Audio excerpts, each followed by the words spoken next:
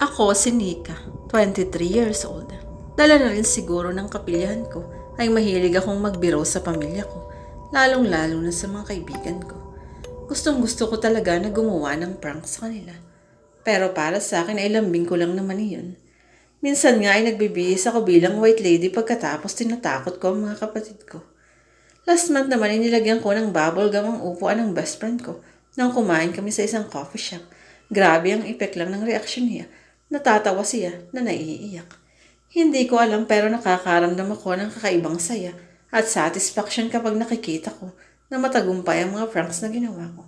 Alam niyo yun, basta yun na yun. Isang araw papatulog na ako ng gabing iyon nang bigla akong tawagan ni Chelsea. Kaibigan ko siya at kaklase rin. Nagtaka ko dahil alas 10 na ng gabi. Bakit tumatawag pa ang bruhang ito? Hello Chelsea, istorbo ka sa tulog ko. Kunwari ay naiinis kong bungad sa kanya. Asus ang aga pa kaya. For sure nagpe-Facebook ka lang dyan. Natatawa naman iyang sagot. Ewan ko sa'yo. Sabay tawa ko na rin. Bakit ka nga pala tumawag? Bayad na ako sa utang ko sa'yo ha. Luka-luka ka talaga, Nick. Ano kasi? Gusto mo bang mag-sleep over dito sa amin? Wala kasi sina mami at daddy. Umuwi sa probinsya kanina lang. Ha? Pwede naman sana kaya lang gabing-gabi na. Saka tayong dalawa lang. Gaga, natatakot ka bang magahasa sa daan? Nasa kabilang block naman ang bahay namin. Saka tinawagan ko na rin si Danica. Pumayag na siya at anytime pupunta na siya rito. Gora ka na rin girl. Masaya ito. Manonood tayo ng X-rated films. Natawa uli ako sa sinabi ni Chelsea. Hoy, hindi ako nanonood ng ganun ha. Sige na, sige na. Pupunta na ako dyan. Magpapaalam lang ako kay mama. Okay, bye Nikki. Bye. Sabay pindot ko sa end button. After niyon ay nagpunta na agad ako sa kwarto ni mama. Gising pa siya at nanonood ng TV. Nagpaalam ako sa kanya kay Chelsea matutulog. Pinayagan naman niya ako dahil sa malapit lang naman. Kinuha ko ang backpack at doon ko inilagay ang pantulog ko. Nagayos na ako at lumabas na ng bahay.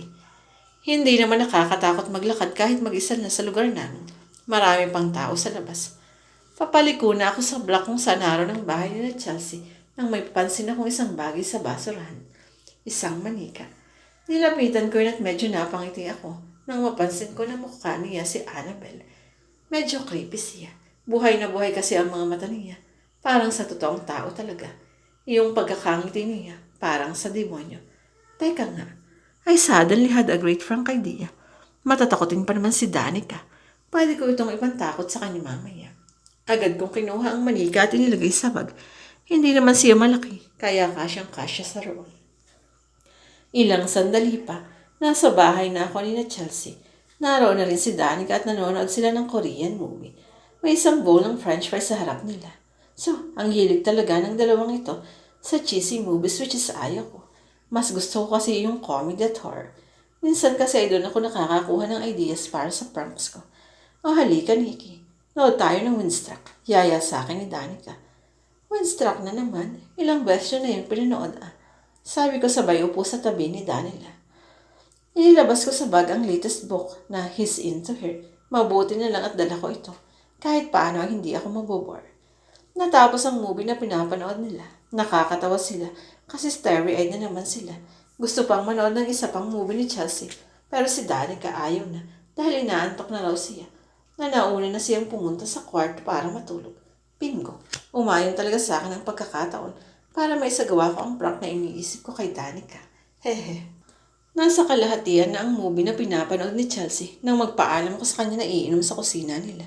Pero ang totoo hindi lang ko iinom. Kumuha ako ng isang kitchen knife. Inilagay ko yun sa bag. After nyo ay nagpunta naman ako sa kwarto na tinutulugan ni Danica. Buhay ang ilaw at tulog na siya. Masyado talaga siyang matatakotin. Sinimulan ko nang iset up ang prank ko sa kanya. Nilabas ko ang manikang nakuha ko sa daan at pati na rin ang kutsilyo.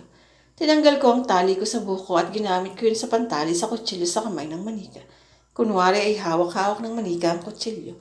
Inilagay ko ang manika sa pana na natutulog na si Danica. Sigurado akong maiihi siya sa takot kapag nakita niya iyon. Humahagik-gik na lumabas na ako ng kwarto at tumabi kay Chelsea na nanonood pa rin ng movie. Bakit tumatawa ka dyan, Nikki? Akala ko natutulog ka na. Ang tagal mo sa kwarto ha, puna ni Chelsea. Wala ang antok ko. Grabe, hindi pa rin malis ang ngisi sa labi ko. Maya-maya ay bigla kaming nakarinig ng malakas na pagsigaw ni Danica mula sa kwarto. Napatayo sa kinauupuan si Chelsea. Si Danica, sabi niya. Naku, wala yun. Natakot lang yung siguro yun sa prank na. Hindi ko na naipagpatuloy ang sasabihin ko nang makita kong humahangos na lumabas sa kwarto si Danica. Hawak-hawak niya ang kanyang pisngi na puno ng dugo. Nanlaki ang mga mata ko sa nakita. Agad naman siyang nilapitan ni Chelsea. Tulungan niyo ako. Yung manika, papatay niya ako. Umiiyak na sabi ni Danica. Anong manika? Nalilitong tanong ni Chelsea. Walang manika sa kwarto ko. May hawak siyang kutsilyo. Nagising ako dahil bigla niyang niwa ang mukha ko gamit ang kutsilyo. Umalis na tayo rito. Sa sinabi ni Danica ay nagmamadali akong pumunta sa kwarto. Puno ng dugo ang kama. At naroon sa babaw niyo ng kutsilyo. Pero iyon na manika. Hindi ko na siya nakita. Kahit na hinalugog ko na ang kwarto, wala talaga. Hindi kaya nabuhay yung manika. O sadyang may buhay talaga yun. Basta na 14 na taong gulang ako nang mangyari ang kwentong ito. Nang umagang iyon, isang nakakagambal at nakakalungkot na balita ang sumalubong sa akin nang pag-uwi ko sa bahay galing sa school. Naabutan kong umiiyak ang mama ko habang yakap-yakap siya ng papa sa salas. Nang makita ko ni mama na nasa buhan ng pintuan, ay agad siyang lumapit sa akin at ako naman ang niyakap. Mama, ano pong nangyayari? Naguguluhan kong tanong. Leslie, ang lola ko rin mo. Patay na siya. At humagulhol na siya. Halos hindi ako magalaw sa aking tatayuan ko. Oo, alam kong maaaring dumating ang araw na ito dahil hindi ilang buwan ang nasa ospital si lola ko rin, na nanay ni mama. Nakumatos kasi siya dahil sa atake sa puso. Inihanda ko na ang sarili ko na iiwan din niya kami. Pero kapag pala nangyari na, doon ko lang napatunayan na walang kwenta lahat ng paghahanda ko. Napaiyak na ako. Sa lahat kasi ng apo ni lola ko rin, ako ang paborito niya.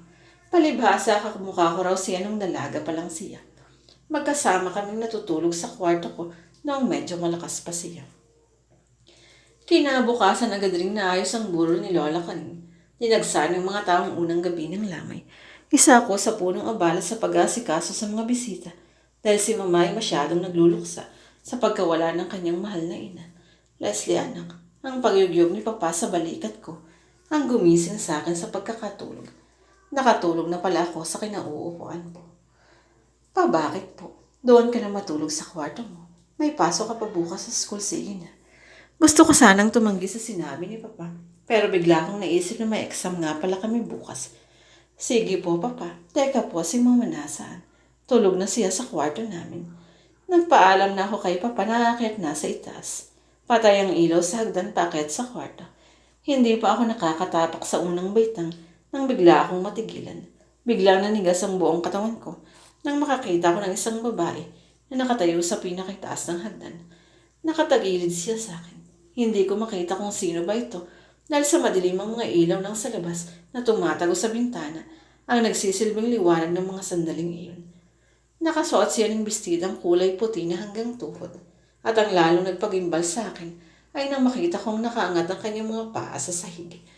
Sisigaw na sana ako pero bigla siyang nawala pagkuprap ko ng mga mata. Ipinilig ko ang aking ulo. Iniisip ko na lang na dala lang siguro iyon ang antok.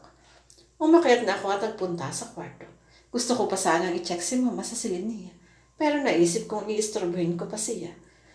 Humiga ako sa kama at pumikit.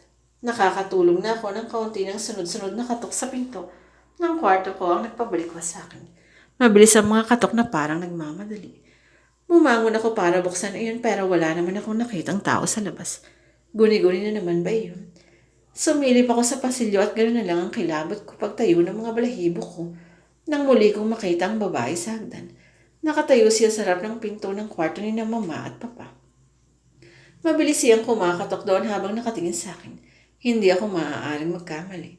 Si lola ko rin iyon. Walang expression ang mababanasa sa mukha niya habang nakatingin sa akin at patuloy pa rin sa pagkatok ng pinto.